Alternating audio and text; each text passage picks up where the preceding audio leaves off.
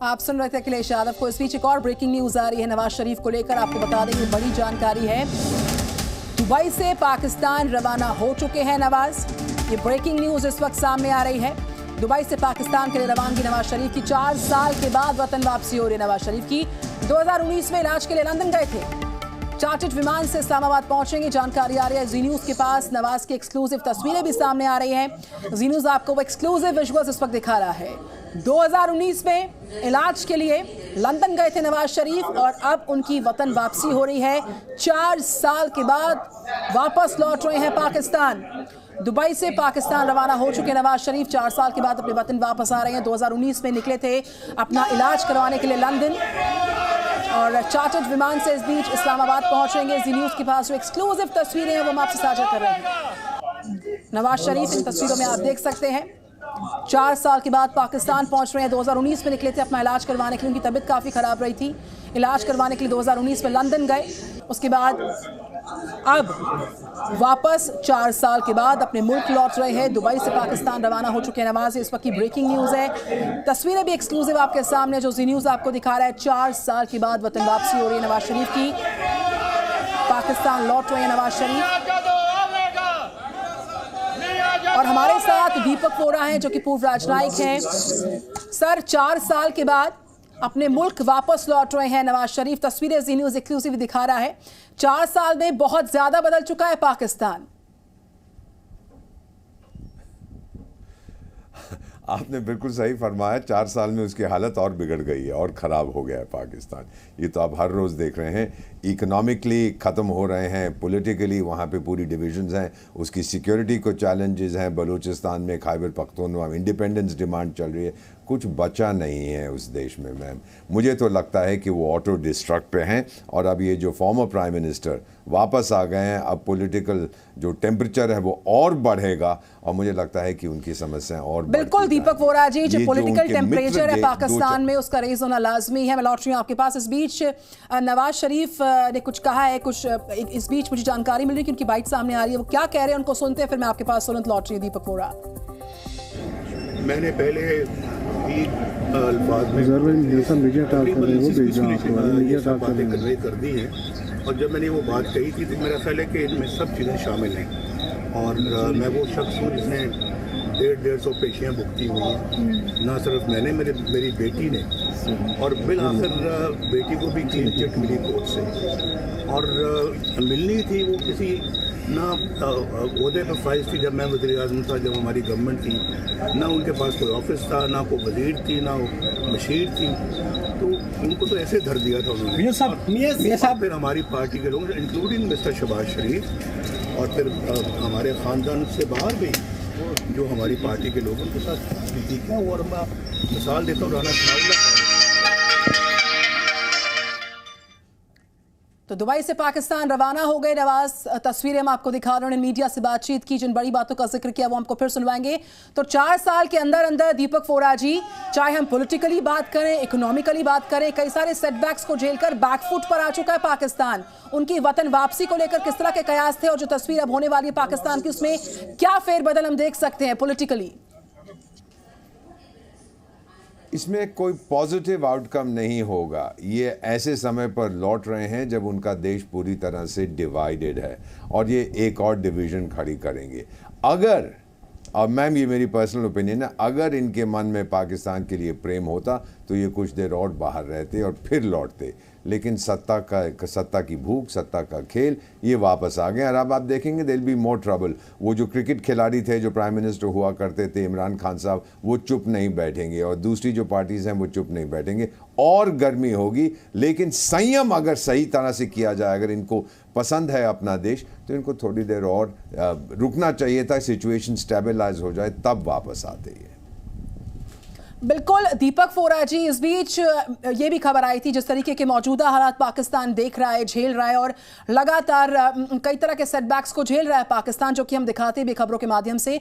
उन सब पर भी अपनी चिंता को जाहिर किया नवाज शरीफ ने कि जिस तरीके से पाकिस्तान गर्त की तरफ बढ़ रहा है वो चिंता का विषय है। इसका जिक्र भी किया गया। 40% लोग तो उस देश के according to the World Bank poverty line के नीचे गिर चुके हैं। लेकिन मैम एक चीज़ मैं आपको बता देता हूं, और मैं कंपैरिजन नहीं करता भारत की किसी और दूसरे देश के साथ, लेकिन जो मैंने देखा है 50 साल डिप्लोमेसी में एंड काउंटिंग, कि अगर हमसे कोई गलती होती है, कमज़ोरी है, तो सबसे पहले हम उसको स्वीकार करते हैं। नरेंद्र मोदी प्राइम मिनिस्टर भारत के जो हैं वो अक्सर कहते हैं ये कमज़ोरी है, ये करना है, वो करना है।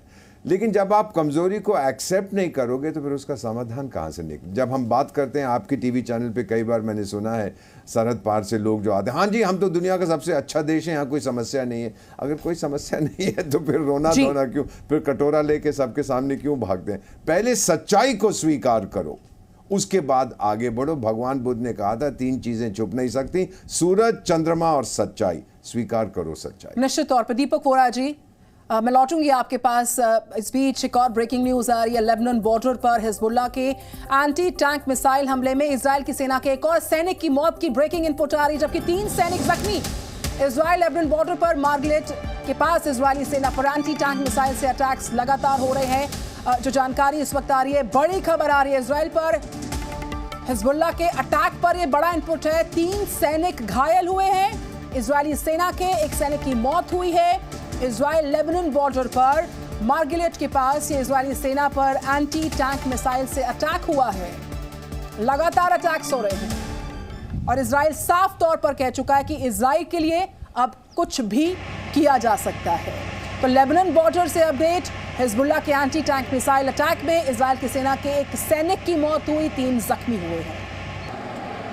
तो गाजा पर जो ग्लोबल वॉर है वो आपको हम ग्राफिक्स के माध्यम से पूरा मैप हम फ्लैश कर रहे हैं। देखिए जरा, ये जो मौजूदा हालात है उसमें ग्लोबल वॉर हम क्यों कह रहे हैं। इजराइल हमास वॉर के बीच अब अमेरिका भी हमास के समर्थकों के निशाने पर आ गया।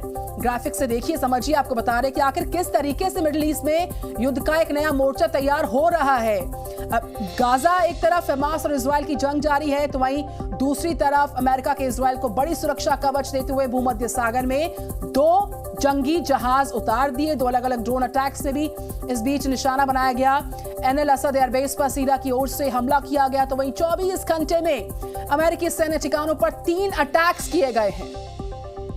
तो वहीं हूती विद्रोहियों ने मिसाइल्स 3 दाग दी है। जो गाजा पर ग्लोबल वॉर है उसकी एक पिक्चर हम आपको दिखा रहे हैं मैप के माध्यम से। और आई एम श्योर दीपक वोरा जी, ये जो पूरी इस वक्त सिनारियो है ग्लोबली हम देख पा रहे हैं। एक तरफ तो ये पूरा वॉर चल रहा है, लेकिन इसका जो चौतरफा ग्लोबल इंपैक्ट है उसको आप कैसे समझा पाएंगे? मैं एक चीज़ देखकर बहुत हैरान हूं मैम। आप जानते हैं कि रूस और यूक्रेन के बीच में इस समय जंग चल रहा है, वहाँ पर बहुत तबाही हो रही है। यूक्रेनियन के जो प्रेसिडेंट हैं, जो सर्कस वाले थे, वो कभी बताते नहीं हैं कितने लोग मर गए हैं, कितने घायल हुए हैं, एट्सेट्रा। वो उनका स्टेट सीक्रेट है। अब वहाँ पर जो तबाही हो रही है, मैंने नहीं देखा कि इस्लामिक देश के लोग सड़कों पे उतर आए हैं कि ये तबाही को रोको। गाज़ा में उतर आए हैं क्योंकि ये मुसलमान है। ये मुझे समझ नहीं आता मैम, इंसानियत का धर्म नहीं होता। अगर आपको इतना गुस्सा है इजराइल ये कर रहा है, इजराइल बदला ले रहा है जो उस पर आतंकी हमला हुआ था, तो फिर आपको किसी और देश के जहाँ जहाँ कॉन्फ्लिक्ट्स हो रहे हैं समर्थन में उतरना चाहिए। आपने हर चीज़ को इस्लामाइज कर दिया, आपने इस्लाम को वेपनाइज किया, ये बिल्कुल सही नहीं है। और इसका असर क्या होगा मैम? जो इजराइल ने कहा हम कुछ भी करेंगे, मेरा मानना है कि अभी जो गाज़ा पट्टी है, और जो खैर लेबनान में तो कुछ सरकार तो है ही नहीं, वो तो हिजबुल्लाह की सरकार है, उनको भी मार पड़ेगी, लेकिन गाज़ा पट्टी में अभी ग्राउंड इन्वेजन नहीं होगा मैम। जो सांप का सर है, और मैं बड़े सोच समझ के ये कह रहा हूँ, सांप का सर तेहरान में है, ईरान में है। और अगर जंग हुआ, अगर हमला हुआ ईरान पर मैम, मुझे लगता है, ये मेरी पर्सनल ओपिनियन है, वो अफगानिस्तान के जरिए होगा। बिल्कुल बड़ी बात का जिक्र आपने किया। 2023 में अगर वर्ल्ड वॉर 3 होती है तो किस तरीके से 2 धड़ों में दुनिया बटी हुई नजर आ सकती है, और जो उसके दूरगामी असर होंगे, मैं चाहूंगी कि आप उनको चिन्हित कर बताएं किस तरीके से वो जो लॉन्ग टर्म इफेक्ट्स हम देख पाएंगे ग्लोबली, वो भी मैं चाहूंगी कि आप बता पाए, क्योंकि समय बहुत कम है। दीपक वोरा जी बताइए। सबसे पहली चीज़ तो होगी एनर्जी प्राइसेस पे इसका क्या असर पड़ता है। अगर मिडिल ईस्ट में एक बहुत बड़ा कॉन्फ्लैग्रेशन हो जाए, बहुत बड़ी आग लग जाती है, तो फिर तेल की कीमतें, एनर्जी की कीमतें बढ़ेंगी। और जो होशियार देश हैं भारत की तरह, वो तेल पे अपना डिपेंडेंस रिड्यूस करें। अमेरिका को कोई फर्क नहीं पड़ेगा, क्योंकि अब वो दुनिया का सबसे बड़ा ऑयल प्रोड्यूसर है। दूसरी चीज़ दीपक वोरा जी, चूंकि समय का यहाँ पर अभाव रहता है, आप पूरा विश्लेषण कर रहे हैं इस तस्वीर का बहुत बेहतर तरीके से। जी न्यूज़।